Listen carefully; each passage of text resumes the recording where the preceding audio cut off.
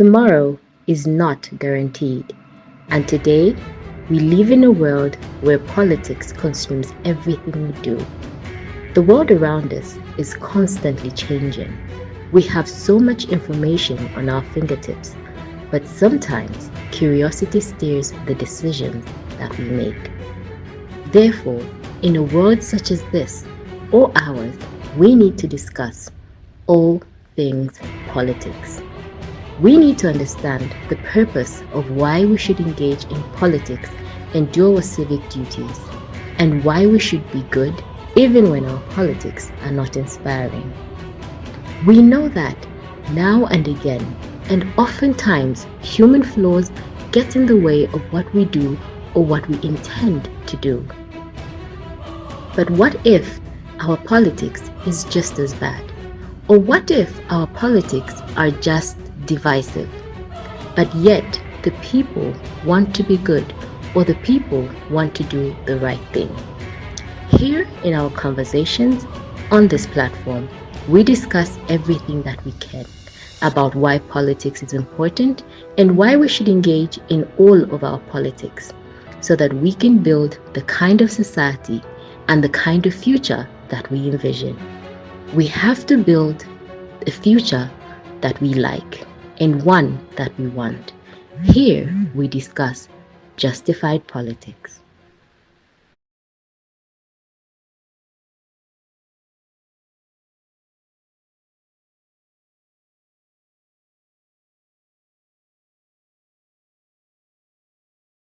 Welcome to yet another exciting episode of Justified Politics. I'm your host, Aaron Ngambi, and today I'm delighted to be joined by my co-host, Richard Elsen, all the way in the United Kingdom. And of course, we bring to you nothing but the best political analysis and discussions around the politics and the current affairs that are happening in Zambia right now. And also, we will partly talk about global issues that are going on and that might affect the economy as a whole, and also might have a trickle down effect on economies such as Zambia's economy.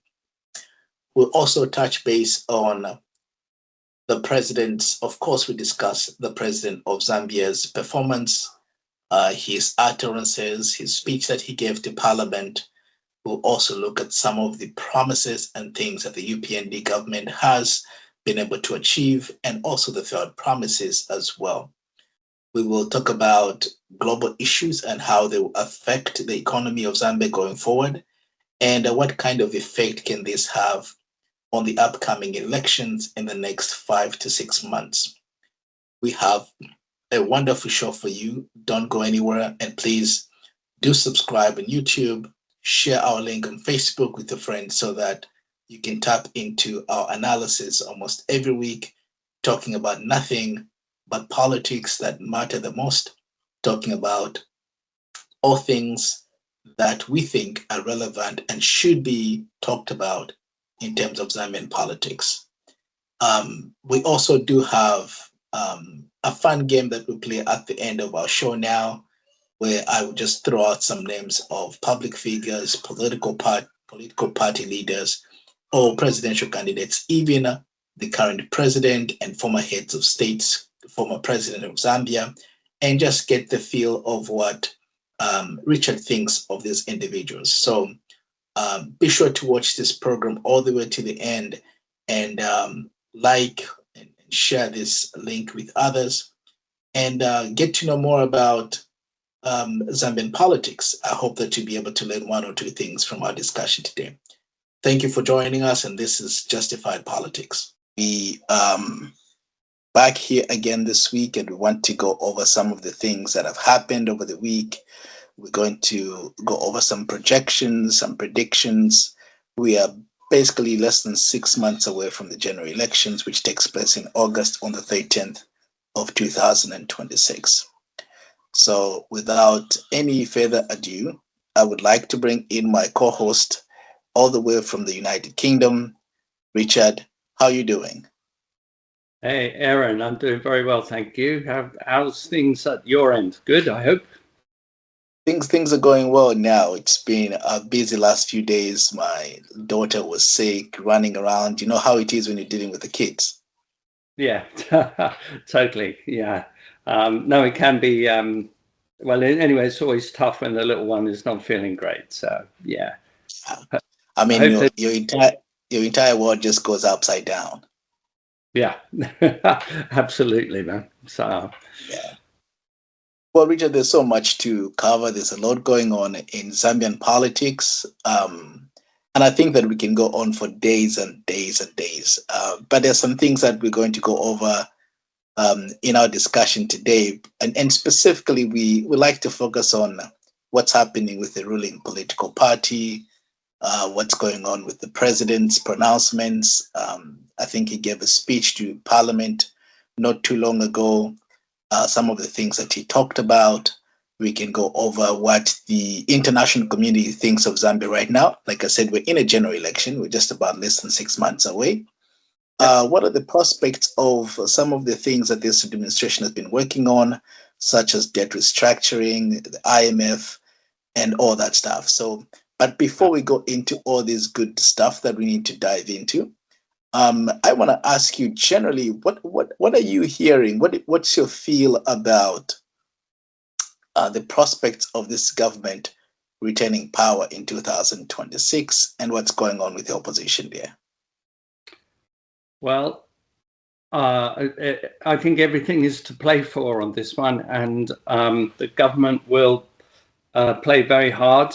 They are incumbent, and they will use every lever at their disposal to keep power. And one reason for that, of course, is that I've always said this now, whoever wins this election will be in power for a very long time because of the constitutional changes that have been happening. Yeah. That means that UPND will really have to fight as hard as they can, because they know if they win, they can bring in further plans that already are in pipeline for 2027, and that way we have a very, very long time. Yeah, I mean, I'm glad you mentioned that, Richard, because I was reading on social media not long ago that there's a statement which is attributed to the Attorney General where he talks about having these plans for 2027, which is next year after winning the elections, that they were just going to basically work on a massive constitutional reform. They want to tackle things like the Bill of Rights and other things.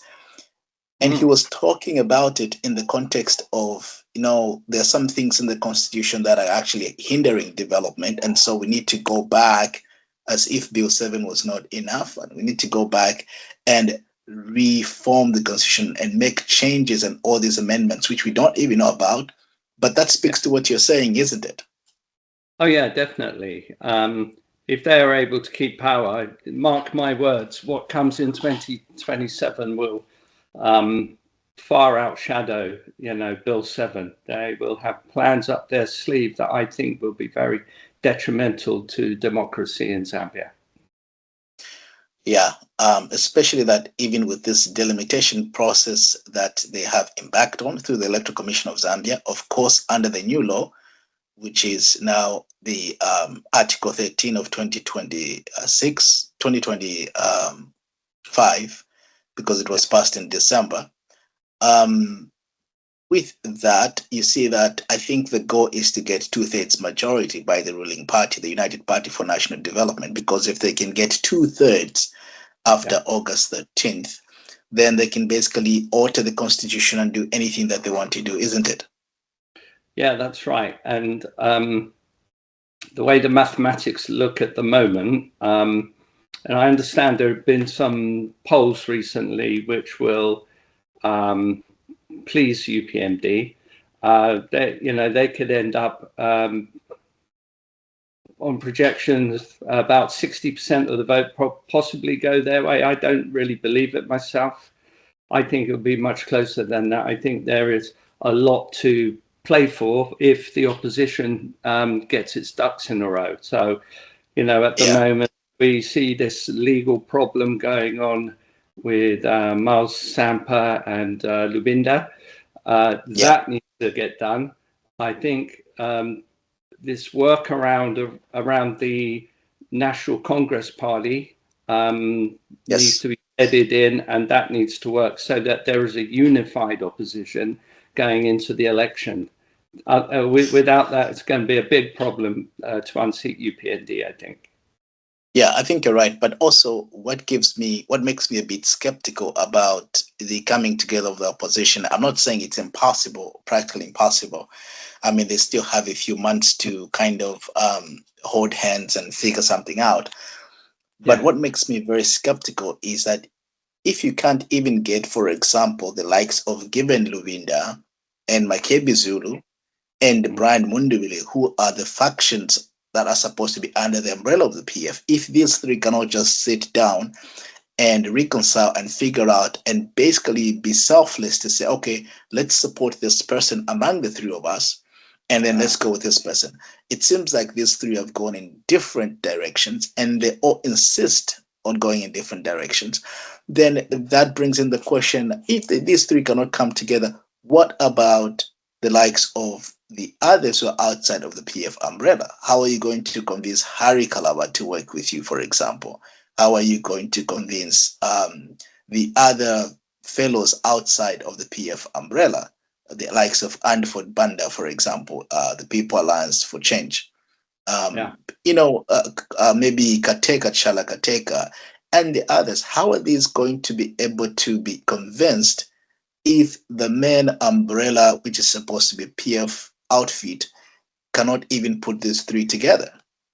No, you're right. And I think this is not a time for egos and self-indulgent. If the opposition wants to be able to win this battle and win that election, that especially as the stakes are so high, I think they've got to find a way of doing this. And I don't know how. Perhaps some heads need knocking together, but you've got to put ego and personality to one side and not do a self-indulgent, self-destructive path, which at the moment is a big worry about how this is going to work. Yeah. Well, there's a statement that's been attributed to Frederick Chiluba, the second Republican president, where he basically said to someone, 24 hours is a long time in politics. So let's see, maybe perhaps these opposition guys have a couple months to go and they can pull something off. Yeah, but that's the old statement, which I think everyone in every country with a democracy has heard. But let's hope that the guys will get together and work things through. Absolutely. Now, what do you make of the speech that President Hakainde Hichilema gave to the National Assembly when he opened Parliament just a couple of weeks ago? I thought that it was basically very repetitive. It's the same thing that we've heard about CDF. It's the same thing that we've heard about we're doing this, we've done that. Nothing really substantive. What do you think of that? I think I'd agree with you. It all sounded like stuff we've heard before many times. And it was a bit rambling, I thought. And, I didn't particularly hear much that was new in it, or at least nothing that excited me. So I think it was business as usual on that front. Yeah, I think that the president's message to the Zambian people going to this election is basically it's the same. I mean, if you look at the speech that he gave when he called for a meeting a few days ago and had all the councillors, mayors, and chairpersons come together at the Mulungushi International Conference, whether from PF or from the opposition or the ruling party. Yeah. And the speech that he actually gave was basically the same thing. CDF, we've increased CDF, it's 40 million kwacha in our constituency. This is what CDF has done, or we've restructured the debt. We're doing well now, inflation, we're in single digits. Basically, these are the same talking points that I have heard the president mention or talk about since the beginning. Does he have a different message for the electorate going into this election? No, he doesn't at the moment. And I think also, things are being pushed back towards just beyond the election. So, for example, the IMF were in town and did a report just the other day, and they're downgrading the performance of the economy in Zambia. And this debt restructuring, this new deal that HH wants to do, that's not going to happen before the election. So no doubt at some point he will say, this restructuring idea has been really good for the country. We can't jeopardize the economy. We have to have the new deal with the IMF. And the only way that happens is if you vote me in for another term. But I tell you what, I don't think everybody's going to buy that, because the haircut that went with that deal has been very painful for ordinary Zambians to experience. And the cost of living crisis is not going away. And the other thing we're going to see now, because of this war with Iran, the fuel problem in Zambia is going to get higher and higher. Costs are going to shoot up if that war does not end quickly. It's going to affect globally, but in Zambia, it's really going to hurt people, I think. Absolutely, because I laugh at that, because I think you hit the nail on the head. Because if you look at the trends of fuel prices since the UPND took over government, they were going up, every time. I mean, maybe with the exception of a couple months where we saw a slight decrease, and not forgetting the fact that the president had promised that fuel would be 12 kwacha per gallon, or I don't know what to say, but because the president had promised specific numbers, you talk about the exchange rate, you talk about the fuel prices, you talk about the millennial, and these are not the numbers that are reflective of the prices. Even now, you will see that a couple months ago, in fact, even last month, the reduction in fuel prices went down, and so someone would wonder, of course, they're trying as hard as they can to make Zambians think that it can be worse, it can be bad if others were doing this besides us, and we're doing so much better than what the situation could be. But the fact is that the numbers that the president promised as an opposition leaders have not been reached, and that could be a problem. And this reminds me, Richard, to the speech that he gave to Parliament. For the first time, I heard the president apologize to the people about load shedding.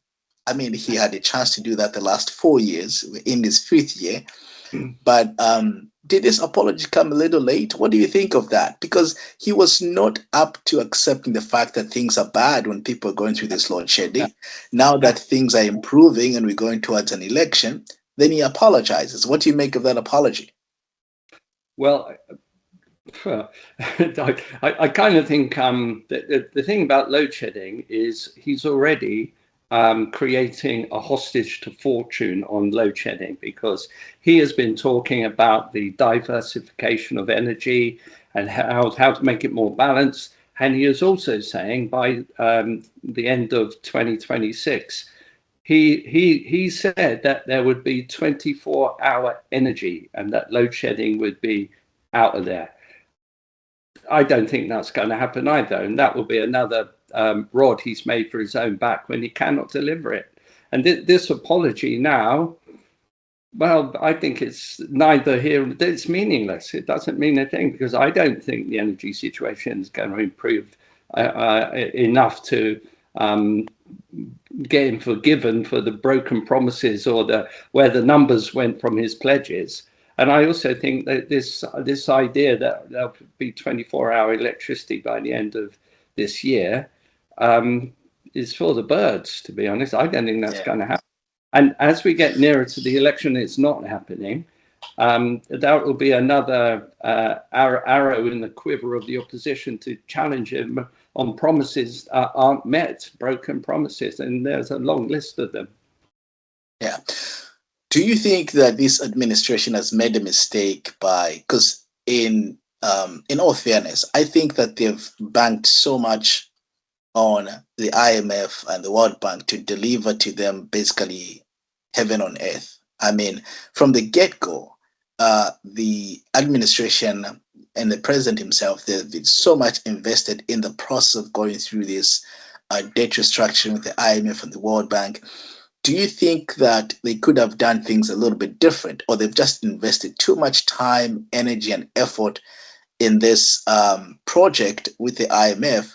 And just like you said, a few days ago, the IMF were in the country, and we see that their report is not even as desirable as the administration would want. What should they have done differently, really, to, especially President Hakainde Hichilema, for him to come back to Zambian people and sell them success after 5 years? Because he's going to be shooting himself in the foot in the next 5-6 months if the situation looks the same.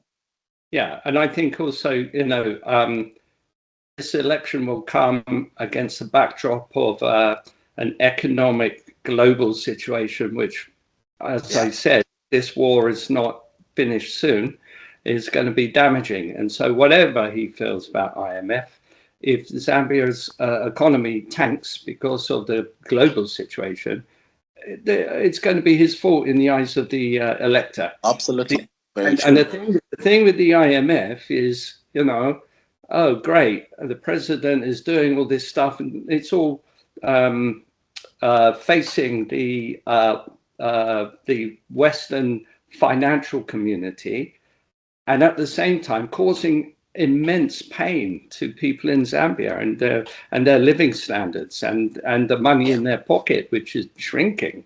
So that, combined with what I believe may happen globally in the next, well, certainly before the election, that's going to cause him a big problem, because one thing that he's always very good at is saying, oh, in 5 years, it's all going to be this. In 10 years, everything will be fixed. Just trust me, stick with it. Well, he's had his 5 years and people are still hurting. That's going to be a massive problem. I think that's a fair point to make. And alluding to what you mentioned about the global economy, with Israel and the United States striking Iran, and we're hearing now that Iran has closed off the Strait of Hormuz, which accounts for the world's fifth of oil passing through that Persian Gulf to the entire world market.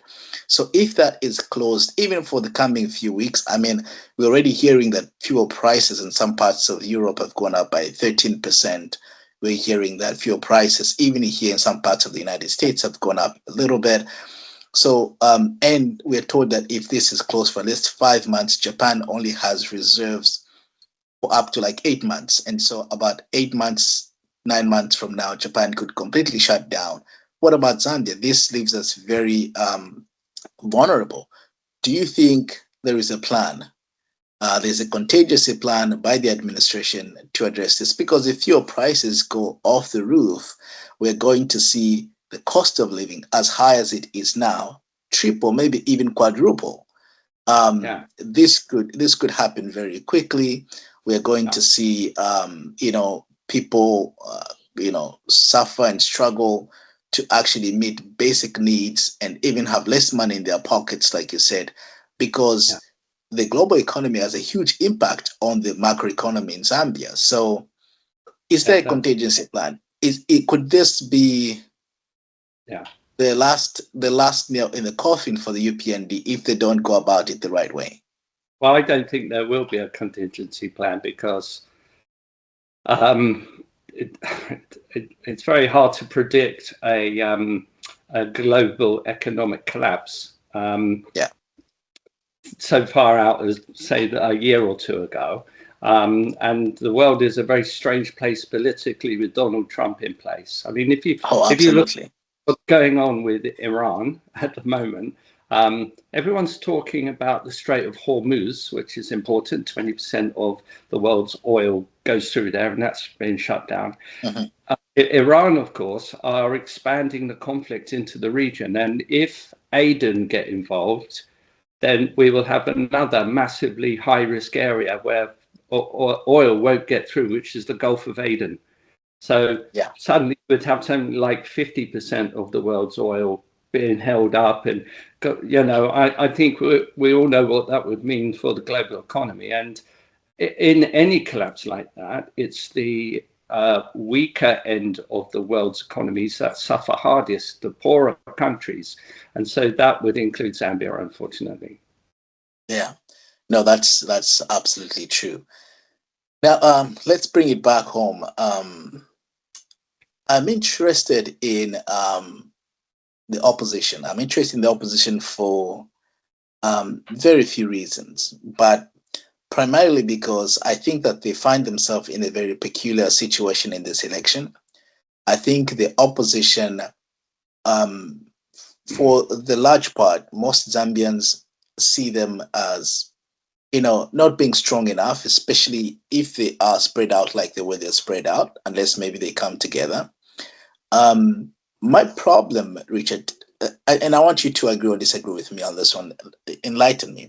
The problem I've seen with most of the opposition leaders here is that they really do not have a coherent message, which not only do they deliver to the Zambian people, but they also repeat it over and over again. Let me give you an example what I mean by that. What we have in the opposition now is, by and large, for example, people saying HH promised this, but he has failed, which is true. But that cannot be the message as an alternative program that you're offering to the Zambian people. We don't see a lot of them saying, this is what's gone wrong, this is what HH has failed in, but what we will do differently is this. Now, out of that, also what we don't see is a message that is simplistic but can resonate with the Zambian people. I'll take you back to the 2011 elections of Michael Sata. Michael Sata's message, if you were in Zambia or you were a Zambian at that time and you hear someone say lower taxes, more money in your pockets, and jobs, you would know it's Michael Sata. They don't have to tell you the name of the opposition who said that, but you would know this is Michael Sata, this is PF. I don't see that. And also, not only Michael Sata put that out, but he used it over and over again. It was repetitive until it sunk into the Zambian people's bones.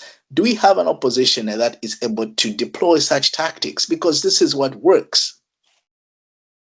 Yeah, I don't think there is there are some interesting guys in the constituency of the opposition groups. But Michael Sata was a fairly unique leader, as we all know, and he was intensely charismatic, Oh, yeah. Yeah, he did very well. And that his sloganism was powerful and worked. And I think some of that vision is needed, but you've got to have someone who has the charisma to tap into the people and can reassure them. And the simpler the message and the more powerful it is, the better. What you don't really want, though, is a message like Bali will fix it, and then nothing gets fixed. Anyway, politicians will often promise the earth. But right. It does need, I think the opposition does need a leader with authenticity and true charisma, a good communicator who will come forward with messages that are cleverly articulated but simple, so that they stay with people. That will be the key for whoever leads the opposition groups. But all that, of course, has to be backed up with some strategic plans that can be articulated. Although, having said that, in opposition, it's easier to make pledges, and in government, it's harder to defend a record that hasn't worked out. And I'm afraid very true. You're looking at, and in a way, if there is an economic recession, that's going to be unfortunate for UPND, because it won't necessarily be their fault. But in country, when people feel the heat of that, if it comes before August, they're just going to blame the government, aren't they? I'm afraid. Yeah, very true. I remember this happened even during the PF of, I think it was towards the end of Mr. Sata's term rule, and Isio, maybe between Isio taking over and Mr. Sata dying. But when Shimba Kambwili was a minister in government, because you know him and Edgar Lungu eventually fell out, and that's how he lost his place in the PF.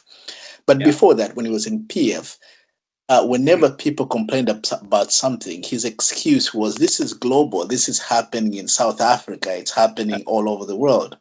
Yeah. I wonder if we're going to see some of that, some of those talking points from the UPND. If things get worse with what's happening around the world, they'll basically be saying, no, this is not just Zambia, it's happening all over. But anyway, they still have a record of the last 4.5 years, the last 4 years, which they have to defend, and it hasn't been as expected from the promises and pledges made. But just a twist here, Richard, I want to make this observation. For all the faults of what we see with Hakainde Hichilema in terms of promises and failed promises, Bali will fix it and all that, do you think we can give it to him when it comes to messaging, image building? Because it seems like even as we speak now, of course, the official campaign period has not been declared. The opposition are not really campaigning per se, but the president is already campaigning. If you recall, not long ago, he was on the Copper Belt meeting students. He had students come in the stadium, and I know some of, in fact, if not all of them, were given 100 kwacha, and I don't know what you can buy 100 kwacha. But if you look at even just the way that he is portrayed himself, I mean, I think for lack of a better term, the people that will look at him as a demagogue, the guy has perfected the image of presenting himself as almost a near perfect president, as this person that is unbeatable, unmatched. And this is why some people say there's no opposition, because they're looking at him and he's put himself on a pedestal. I think in terms of imaging, we can give that to him, can't we? Yeah, I think you can give that to him, but I don't personally think he's a brilliant communicator. No, he's not. It's definitely not an orator. That's not it. But in terms of just people looking at him as, oh, he's better than what we have, he's better than what the opposition are offering. I'll give an example of Facebook, for example. I think I wrote an article about this. If there's anything that is trending on social media about maybe his health or something, or him being away from the public for a long time, you will realize that most people seem to not only listen to that, but they double check that by going to check on his Facebook page, even if they don't follow him. They just want to see if this is true or if he's missing in action. Doesn't that speak to an element of people trusting his narrative? It seems like to me he has taken hold of his own narrative. It seems like HH is more in control of what he tells the people than what the opposition tell the people. I don't know if that makes sense. Yeah, but I think he has more resources to do that anyway, because he's got the government machine behind him. He's got his civil service. He's got his department doing his government announcements and the publicity of that. And if you are the president, you ought to have a lot to talk about, and you should also be aware that people are concerned if, for example, there's a feeling that you're not in country as long as you should be, or that there is some kind of problem. So I think it's clever to have reacted quickly to questions like that, but it's easier for him to do that than it would be, I think, for opposition leaders who will have less of the limelight, less of the public looking at them for answers in that kind of context. But that's why I think it's really important, whoever becomes the figurehead and candidate for the opposition needs to be charismatic, needs to be able to bring people with them, and needs to have messages that are clearly understood and powerful in the way they're put across. And of course, in a country like Zambia, you've got to have your social media side really nailed down. So Facebook is the kind of key one. And you've got a very strong presence on Facebook, and you've got to keep everything updated and moving on so that you can show momentum as you go into this election. If you can't do that, then you ain't getting far. That's for sure. That's true. No, that's perfectly true. Now, I want to also touch on the issue of ideology. And I don't know if maybe this is a problem for the UPNB per se. It doesn't seem like, I mean, it reminds me of what Malcolm X once said. It says, if you don't stand for anything, you fall for everything, something to that effect. I don't see a coherent ideology with the United Party for National Development. Is it a political party that has any specific ideology that you can attribute to? Or is this just a party that goes with wherever the wind blows? I mean, I want to give you an example of this and just transitioning into mining, for example.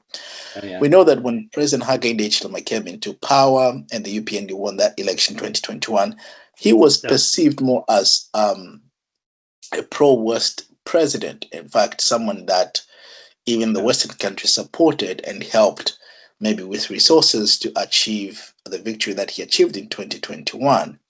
And then fast forward 2 years into his president, and he actually took a very long time before he even went to China, as an example. It took him almost 2 years before he took his first trip to China.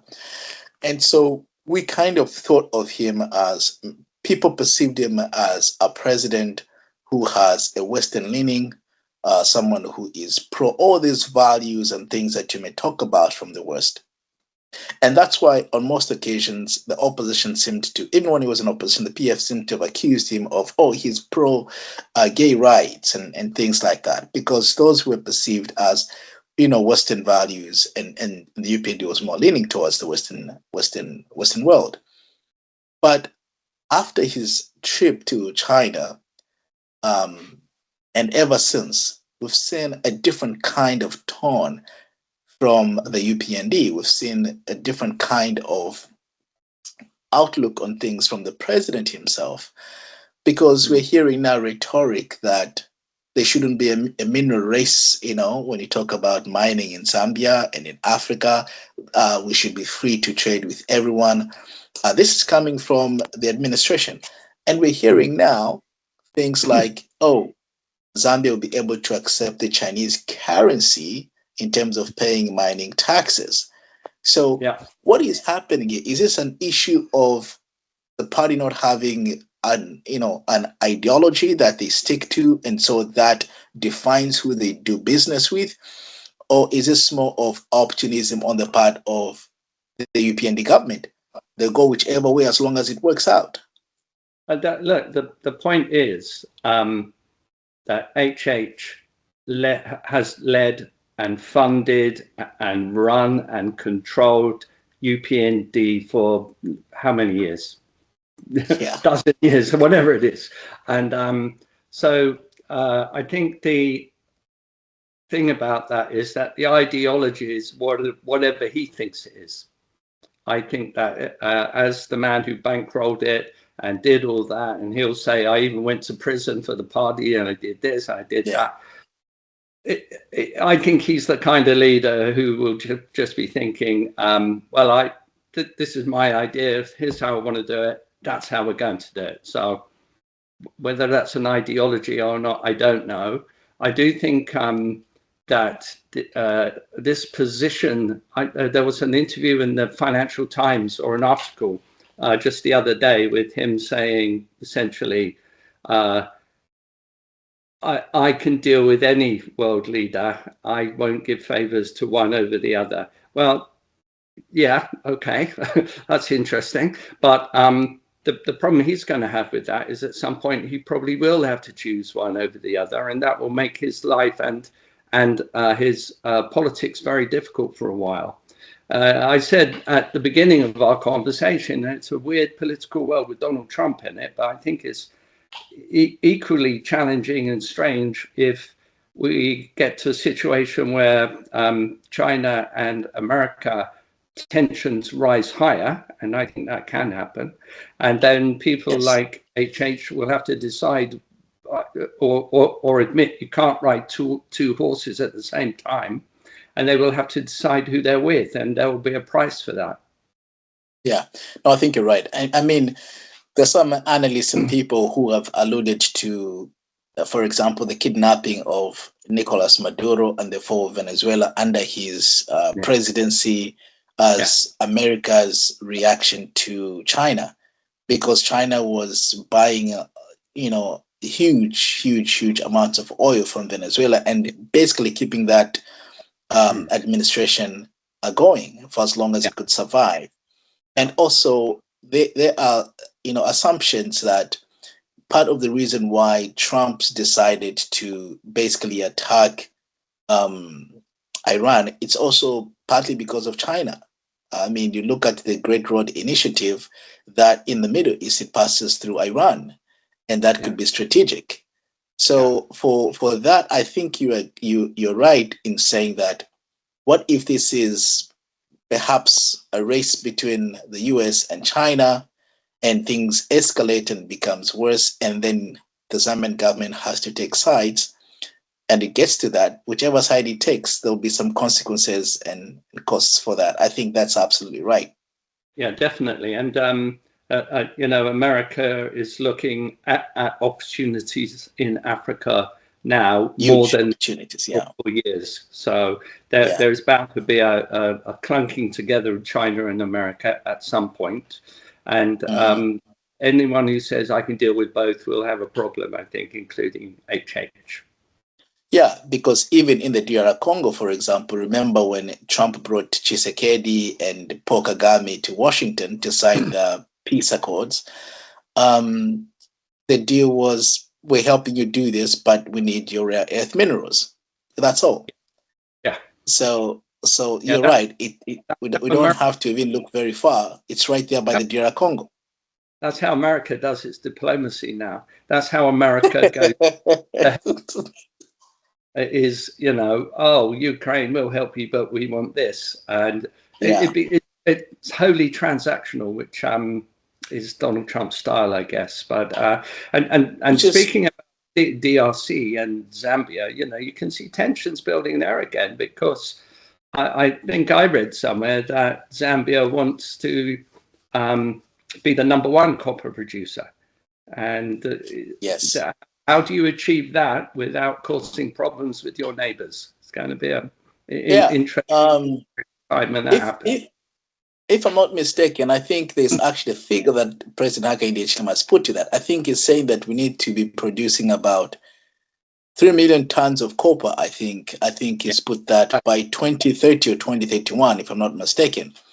So you're right. So there's this rush. But, even with that, Richard, my 2 cents on that is, even though we produce 3 million tons of copper, what does that mean for the average Zambian person? It doesn't mean much, because all these copper mining companies are owned by multilateral corporations.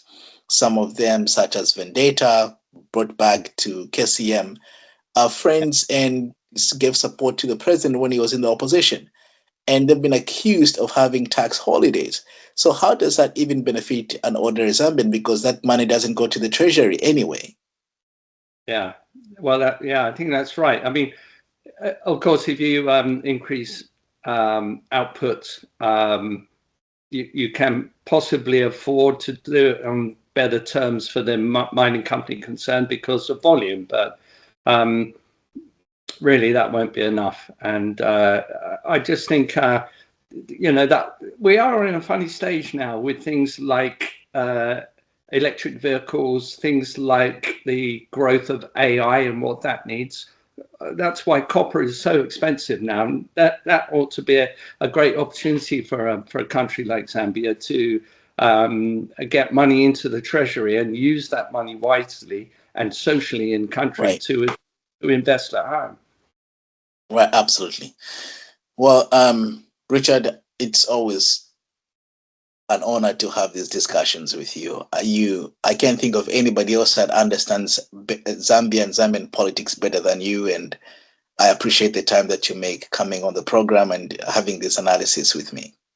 Well, thanks. Yeah, I really enjoy doing it with you, Aaron, and And I like it when we interview guests as well. That's great fun, isn't it? Yeah, it is. I think we're going to have John Sangwa come up on the next one. I hope that we can do it.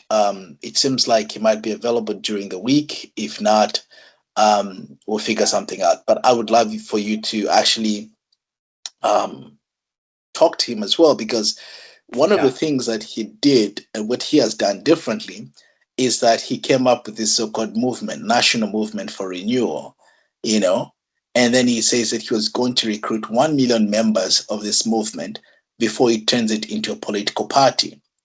And he had a deadline of December 31st last year. And the deadline came around, they didn't reach 1 million. Then he said, we're going to extend this until February, end of February, because they had some technical issues and a few things, which is understandable. And then they extended it to end of February. And now I'm hearing that they actually achieved 1 million followers or members, or whatever you call it. And they made a public announcement they're now going to transition that into a political party. So when he approached me and told me about this, I was very skeptical. I said to myself, well, good luck. I hope it works out. Because even the UPND party today, the ruling party, does not have 1 million membership. I think they were about 500,000 before they formed government. They must be maybe up to like 800,000.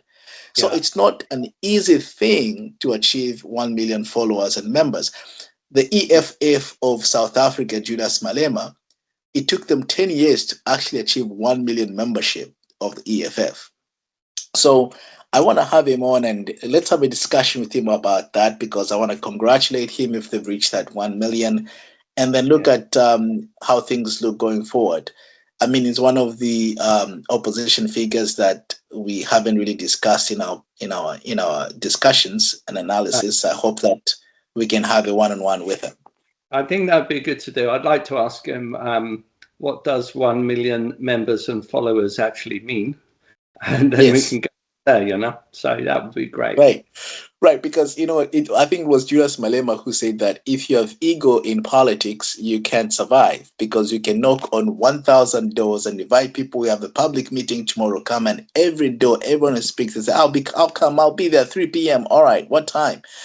And then you get there tomorrow, only 3 people show up. And I think he said at one point, he said that you can fill up the stadium and you can show people all these regalia and colors of the party, but how do you translate that to actually people voting for you? It's a different story. Yeah, definitely. Yeah, but it'd be interesting. I'm looking forward to talking to him and some insights. I mean, if he's got 1 million people, that'd be super impressive. And then you have to translate the votes. And then you can probably become the next president. I mean, Hakainde only had 2.8 last time, and that was a sympathy vote. He's not going. I don't know if you get 2 million this time around. So if you have 1 million members and followers, translate that into votes. That's pretty close. You can be president, or you can be the runner-up in that election. Yeah. Members and followers. So what does that mean? We'll ask him. Richard, let me end with a quick game with you. So what I'm going to do is that I'm going to mention a name and you tell me what comes to mind when you think of this name. These are all political figures. Okay. So I'm going to start with Mao Sampa. Well, interesting and quite charismatic. So yeah. Okay. Let's say Shimbaka Mbwili. Interesting backstory, I think, and long experience. So ought to know what he's doing, I think. Okay. What about Hakainde Hichilema?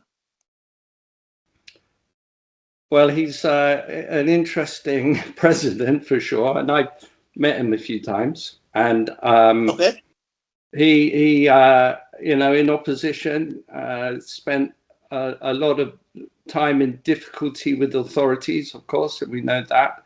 And one thing you can say about him is that he has worked and fought hard to get where he is. But I have a concern of the way he leads that party and the way, for many years, to me, it felt like he owned that whole party. Because It still does. So, but also I think he's the kind of man who has a long memory around grudges, and he's the kind of guy, I think, if he feels that he's been crossed by you, then he will serve revenge, as they famously say, as a dish of cold. It'll be later. Yeah. I see. GBM. Oh yeah, interesting. Yeah, I always thought he was quite character. And again, I think he's a bit of a man of people. Well, certainly got charisma. Let's put it that way. I quite enjoyed seeing him in action once or twice. So yeah. Winter Kavimba. Yeah, well, I remember him from, I don't know, about 2012, 13. I saw him working there, and seemed to be very able and very political, is what I would say about him. Yeah, quite a good, he has a good political head on him. And of course, I think that's a good political mind. Yeah, some very interesting posts in his political career. Yeah. Let me end with let me end with maybe two more. What do you think of Nelly Muti, Speaker of the National Assembly? I'm less familiar, I must say. Okay. Yeah. I'm thinking Dora Celia. I don't know if you remember Dora Celia. Dora, I'm trying to throw in a woman in there.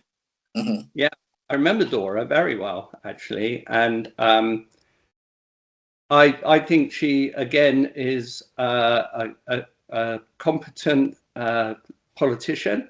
She held many posts in cabinet, and yes, she did, and she managed to transcend politics from one party to another and still remain relevant and very senior. So I think I've always been quite impressed with her. Yeah, definitely. Okay, that's good. Now, on that note, I want to ask you, and you pick a name. Tell me one of the most, and this is the last question, one of the most impressive, charismatic presidents that Zambia has had since independence up to now. We've had 7 of them. Who impresses you the most? Who can you think on top of your mind and say, I like this guy? Maybe you met him or you never met him. That's fine. Well, I think one former president who I think oozed personality and oozed confidence and was very good at rallying people was the late Michael Sata. And his backstory is fascinating because he, in the 60s, he worked in London at a railway station. His story actually is quite amazing, that you go from basically a platform sweeper at Victoria Station and you end up the president of Zambia. And one thing he could always do was rally the troops, get people behind him. And he had a very strong personality, and people like that. So very true. Yeah. I mean, that's why they called him, or rather, he called himself Man of Action. He was definitely one of the kind. And then some other people called him King Cobra. King Cobra, that's true. Richard, thank you so much. We will do this at the end of our program and just throw names out there and see if you can make a comment or not. Okay. Yeah. Brilliant, man. Good to see you. Thank you so much. This has been a fantastic discussion. Yeah, I've enjoyed it. Thanks so much. Thank you, Richard. Thanks. Cheers. All right. Thank you so much for watching our episode today. And this is the end of our discussion on various issues concerning Zambian politics. This has been Justified Politics with Aaron Ngambi and Richard Elsen.